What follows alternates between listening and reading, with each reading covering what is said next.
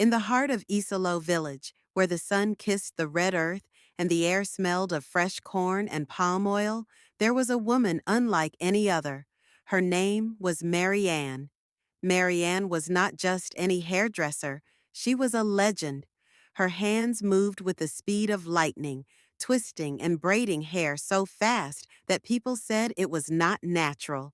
Hair that took others a full day to finish, Mary Ann would complete in just 1 hour. And when people stepped out of her salon, hello, my dear friends. If you have watched up to this point, please subscribe to my channel. Also, turn on the notification bell so you will know whenever I post a new video. Thank you. Now, let's continue the story. Heads would turn. "Who made your hair?" they would ask in admiration. And the answer was always the same: Mary Ann. She could braid up to 30 heads in a day, all by herself. No apprentices, no assistants, just her. But Mary Ann had rules: no mirrors, no reflections. Before entering her shop, she would search every customer's bag to make sure they were not carrying anything reflective. If she found a mirror, she would take it away. No one questioned her. Why? Because Mary Ann's hands worked like magic, and as long as she made their hair beautiful, they didn't care about her strange rules. But one woman did, and her curiosity would uncover a terrible secret. One afternoon, under the blazing sun, a young woman named Rose arrived at Mary Ann's salon. She had heard about Mary Ann's magical hands and wanted to experience them for herself. As she stepped into the shop, Mary Ann greeted her with a warm smile. "Welcome, my sister. Let me check your bag." Rose handed her bag over. Mary Ann searched through it quickly. No mirror. She smiled and handed it back. "You can sit down." But Rose had a secret. She had hidden a small mirror in her pocket. She didn't understand why Mary Ann banned mirrors, and she was too curious to obey the rule. As Mary Ann's hands moved swiftly through Rose's hair, twisting and braiding with unbelievable speed, Rose decided to take a look. She quietly reached into her pocket, pulled out the mirror, and held it up to see herself. And that was when everything changed. The moment Rose raised the mirror, something strange happened. Mary Ann's hands froze in midair. Her whole body stiffened. Then she turned slowly toward Rose, her face twisted in anger. Her voice came out low and dangerous. "Where? Did you get that?" Rose's heart pounded. I just wanted to check my hair." Before she could say another word, Mary Ann snatched the mirror from her hands and threw it against the wall.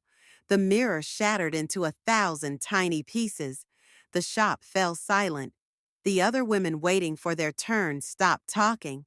They had never seen Mary Ann so angry before. For a moment, Rose felt cold fear run down her spine. Something was wrong with Mary Ann. Something dark. A few days later, another woman, Nana, came to the salon. She had heard about Mary Ann's skills and wanted to look beautiful for her sweet husband. Her husband followed her to the salon because he wanted to spend time with her. But when Mary Ann searched her bag and took her mirror, Nana frowned. "Why don't you allow mirrors in your shop?" she asked. Mary Ann smiled. "It's just my rule." Nana shook her head. "Every salon I have visited allows mirrors. What is different about yours?" Mary Ann's smile faded. "If you don't like my rules, you can leave." Nana glanced at her husband, who was waiting outside. Then she stood up.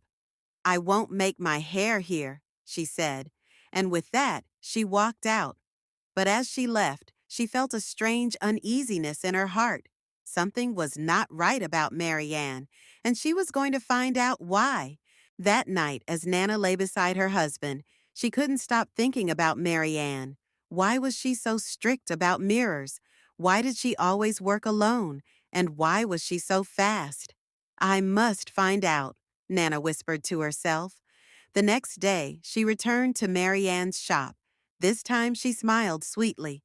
"Mary Ann, I'm so sorry for walking out the other day. I was just surprised by your rule. Please, I want you to make my hair. Marianne looked at her for a long moment, then nodded. All right, sit down. She searched Nana's bag again, took her mirror, and put it away. Nana sat still as Marianne's hands moved like a whirlwind, twisting and braiding her hair at an impossible speed. Nana's scalp tingled. Something felt off. She glanced around the salon. Then she noticed something strange. As Marianne braided, Nana felt fingers all over her head. But Marianne's hands were in one place, yet the braids were forming everywhere at once. It felt like invisible hands were doing the work. Nana's heart raced. She took a deep breath. Marianne, your hands are so fast. Marianne smiled. Thank God. Oh, it's a special gift from God, and I'm so grateful for it. But Nana wasn't convinced. She decided to visit the seer in the village. She needed answers. 3 days later, Nana returned to the old woman's hut deep in the forest. The seer, an elderly woman with wise eyes, listened carefully as Nana explained what she had seen. The woman sighed deeply. My child, Marianne's gift is not ordinary. Nana leaned forward. What do you mean? The seer's voice dropped to a whisper. There is a spirit inside her. Nana's breath caught. A spirit? The woman nodded. A very old spirit that entered her when she was a baby. Why? Nana asked. The seer stared into her fire, her voice heavy with mystery. Because it feeds on human hair.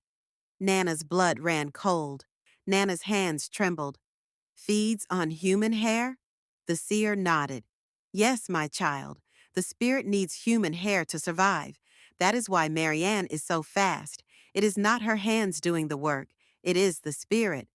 Nana's mouth went dry. But why is she the only one affected? The seer sighed. When Marianne was a baby, she was very sick.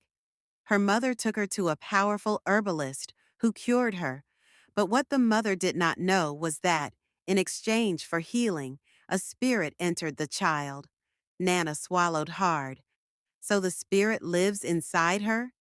Yes, and it will never let her go. Nana's mind spun. No wonder Marianne worked alone. No wonder she banned mirrors. She was hiding something terrible. But then Nana thought of something. Can she be free? The seer nodded slowly. Yes, but it will not be easy. The spirit does not want to leave. Nana's heart pounded. Tell me what to do. The seer reached into an old wooden box and pulled out a small round mirror. The glass shimmered strangely, as if it was alive. Take this mirror, the seer said. When Marianne starts making someone's hair, place it in front of her. The spirit will try to escape, but it will be trapped in the mirror. Once that happens, you must break the mirror immediately. Nana hesitated. Will Marianne be okay? The seer sighed. She will be weak, but she will be free. Nana took the mirror and stood up. She had made up her mind. Marianne had suffered long enough. It was time to break the curse. The next morning, Nana went to Marianne's shop, hiding the special mirror inside her wrapper. Marianne looked surprised to see her. Nana, you came back again? Nana smiled. Yes, my sister. I love your work. I want you to make my hair again. Marianne laughed and clapped her hands. You see, I told you my hands are the best. She quickly searched Nana's bag and, as usual, removed her mirror. But she didn't know Nana had another one. As soon as Marianne started braiding, Nana pulled out the special mirror and held it up. For a moment, nothing happened. Then, the whole shop shook. Marianne's eyes widened. Her hands froze. A terrible wind rushed through the salon, flipping chairs and tables. Marianne screamed, Nana, what have you done? The mirror glowed brightly, and suddenly, a dark shadow burst out of Marianne's body. It twisted and turned, fighting to escape. But the mirror sucked it in, trapping it inside. Mary Ann fell to the ground, gasping for breath. Nana didn't waste time. She lifted the mirror and smashed it on the floor. A loud shriek filled the air, and then silence. For the first time in her life, Mary Ann felt light. She looked up at Nana, her eyes filled with tears. "It's gone," she whispered. Nana nodded, smiling through her own tears. "Yes, my sister, you are free." The news spread across the village like wildfire. People came from far and wide to see the new Mary Ann. She was happier, stronger, and more beautiful than ever. Her business boomed. Even the governor's wives came to make their hair. And one day, at a grand wedding, a handsome man saw Mary Ann and couldn't take his eyes off her. They exchanged contacts, and in no time, Mary Ann got married in a grand celebration. As she stood next to her husband, she held Nana's hand and whispered, "If not for you, I would still be a prisoner." "Thank you, my sister." And from that day, Nana and Mary Ann's families became one.